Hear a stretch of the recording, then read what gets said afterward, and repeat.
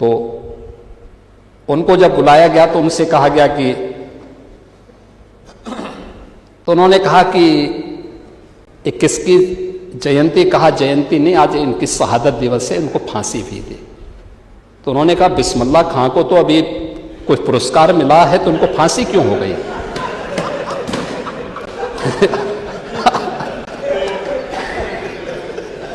इनके शिक्षा मंत्री इनकी सरकार में जब ये अंधेर नगरी चौपट राजा, यही तो कहते हैं, इसी को कहते हैं, वो कहते हैं कि बिस्मिल्लाह खां को तो अभी पुरस्कार कोई मिला था और उनको फांसी क्यों हो गई है। उनसे कहा गया कि अच्छा वो मंच पे भी गए, तो मंच पे भी उन्होंने कहा कि बिस्मिल्लाह खां को जो है पता नहीं क्यों फांसी दे दी गई। और तो नीचे से एक सज्जन ने कहा कि साहब ये बिस्मिल्लाह खां ने, ये पंडित राम प्रसाद बिस्मिल हैं, कहा कि तू जरूर भाजपाई होगा, भाग हमारे कार्यक्रम से। ये इनकी सरकार को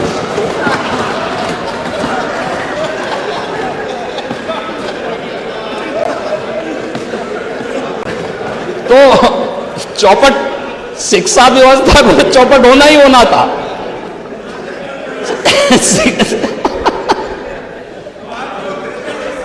शिक्षा तो चौपट होती ही होती, जहां अधिकारी मंत्री को नहीं जान पा रहा है और बिस्मिल्लाह खां और राम प्रसाद बिस्मिल में आपका शिक्षा मंत्री नहीं महसूस कर रहा था, तो उसको तो चौपट होना ही होना था। तो वहां बच्चे नकल नहीं करते तो क्या करते, वहां नकल नहीं करते तो क्या करते, और यही आप कर रहे थे उत्तर प्रदेश के अंदर। आज प्रोजेक्ट अलंकार से देखिए होता है, कृतज्ञता ज्ञापित करने का भाव होता है।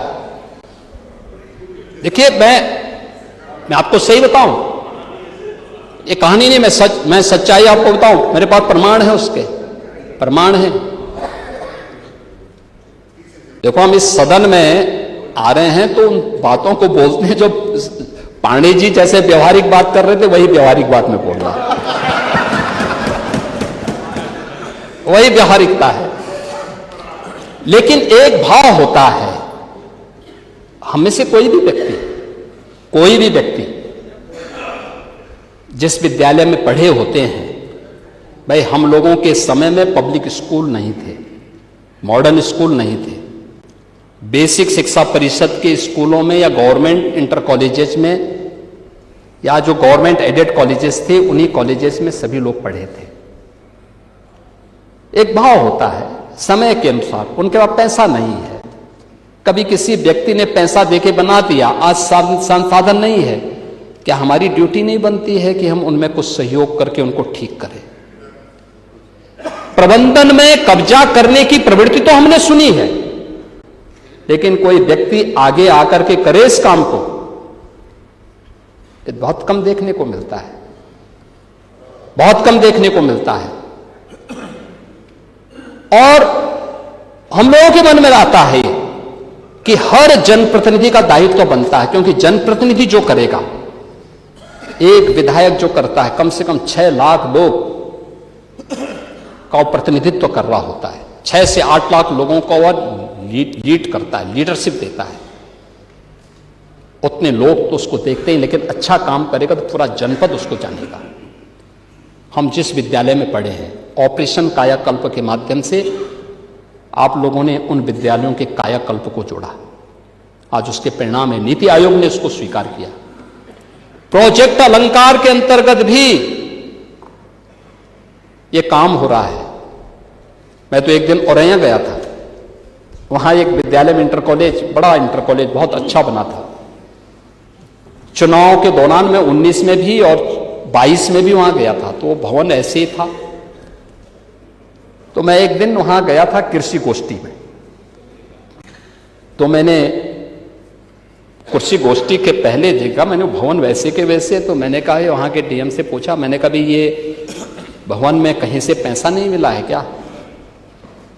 मैंने कहा प्रबंधक कौन है, प्रिंसिपल कौन है, थोड़ा बुलवाना मेरे सामने थोड़ी देर में, मैं अभी बैठक से आता हूं। वहां के जनप्रतिनिधियों को बुलाया मैंने, विधायक, एमएलसीज थे, माननीय सांसद थे, मैंने बुलवाया, वो भी थे मेरे सामने। मैंने प्रबंधक से पूछा, मैंने कहा हमने प्रोजेक्ट अलंकार एक योजना चलाई है जिसमें माध्यमिक स्कूलों में जो पुराने विद्यालय हैं उनमें 75% पैसा सरकार दे रही है, 25% आपको देना है। तो उन्होंने कहा हमारे पास 25% भी नहीं है। मैंने कहा जनप्रतिनिधियों से आप लिखवा के दे दीजिए। उन्होंने कहा कौन जनप्रतिनिधि देगा? मैंने विधायकों से कहा, मैंने कहा अभी 10 लाख आप दीजिए, 10 लाख आप दीजिए, 10 लाख आप दीजिए, 30 लाख हो जाएगा तो बाकी 1 करोड़ रुपए सरकार इनको अपने आप ही दे देगी। 1 करोड़ में कम से कम रंग रोगन और इसका मरम्मत तो कर देंगे, इतनी भव्य भवन को ठीक तो कर लेंगे, बच्चा कोई भी होगा प्रदेश का पढ़ेगा।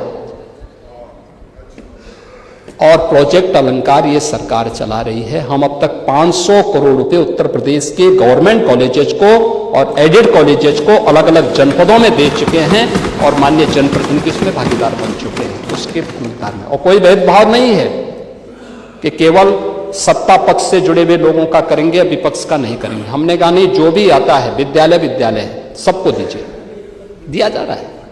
ये प्रोजेक्ट अलंकार भी सरकार बना रही है। यूनिवर्सिटीज की पॉलिसीज, अरे आपकी सड़क बन गई है, आप चकाचक करिए, वजन कम कर लीजिए तो सड़क में गड्ढे कम पड़ेंगे। टेंडर हो गया, वो भी काम होने जा रहा है। सब वही आज ही बोल देंगे तो फिर परसों क्या बोलेंगे? आपकी सड़क बन गई है, अभी भी आप जो है वही कर रहे हैं, लेकिन सड़क में गड्ढे आपके कारण ही ज्यादा पड़े हैं। वजन कंट्रोल करिए, आप स्वास्थ्य के लिए अच्छा होगा।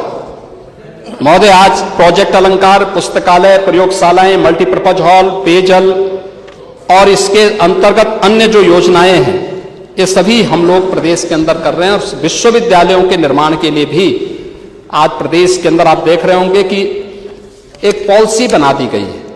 निजी क्षेत्र में कोई विश्वविद्यालय बनाना चाहेगा, आज लगभग 52 विश्वविद्यालय निजी क्षेत्र में भी बन चुके हैं। एक मंडल एक विश्वविद्यालय, इस लक्ष्य को हमने प्राप्त किया है। जहां नहीं थे वहां नए विश्वविद्यालय गवर्नमेंट ने भी बनाए हैं और उसमें भी हम लोगों ने कार्य किया है। रिजल्ट, एमएसएमई सेक्टर को आगे बढ़ाना, औद्योगिक निवेश को बढ़ाने का परिणाम क्या है? एम्प्लॉयमेंट बढ़ा है, अनएम्प्लॉयमेंट रेट कम हुआ है, उत्तर प्रदेश का एक्सपोर्ट बढ़ा है। 84,000 करोड़ का एक्सपोर्ट होता था आपके समय में, वह बढ़ करके लगभग 2 लाख करोड़ तक पहुंचा है। लगातार वह बढ़ रहा है। और इसीलिए आज के इस अवसर पर आप कुछ बातें आपने कही और हम लोग उस दिशा में आगे यद्यपि बोलना नहीं चाहते थे और हम लोग ये भी नहीं चाहते थे कि इस पे हम लोगों को बहुत बोलना पड़े। आपने बहुत सारी चीजें यहां पर कही हैं और बहुत सारी चीजों को तो आपने स्वयं ही उसको कंट्राडिक्ट भी किया है। पैरामेडिक्स के बारे में भी हमने कहा, यहाँ पे आपके सामने कहा है, अन्य विधायक निधि के बारे में भी आपने कहा है, अन्य चीजों के बारे में भी कहा है। लेकिन जो बातें मैंने आपके सामने पहले भी कही कि और क्यों समाजवादी पार्टी बार बार एक झूठ को दोहराने का प्रयास करती है अनावश्यक रूप से, यानी जो मुद्दा नहीं था उसको जानबूझ करके मुद्दा बना करके और उसके माध्यम से जो चीजें प्रयास किया गया। मैं कहता हूं, क्या हर व्यक्ति अपने लिए मुख्यमंत्री बनकर के प्रदेश के अंदर घूम जाएगा? कोई भी मंत्री का बोर्ड लगा करके घूम जाएगा? कोई भी समाजवादी पार्टी का राष्ट्रीय अध्यक्ष बनकर के कोई घूम जाएगा? एक सिस्टम है, एक व्यवस्था है। भारत के सनातन धर्म की भी यही व्यवस्थाएं हैं। शंकराचार्य का पद भारत की सनातन धर्म में सर्वोच्च और सम्मानित पद माना जाता है।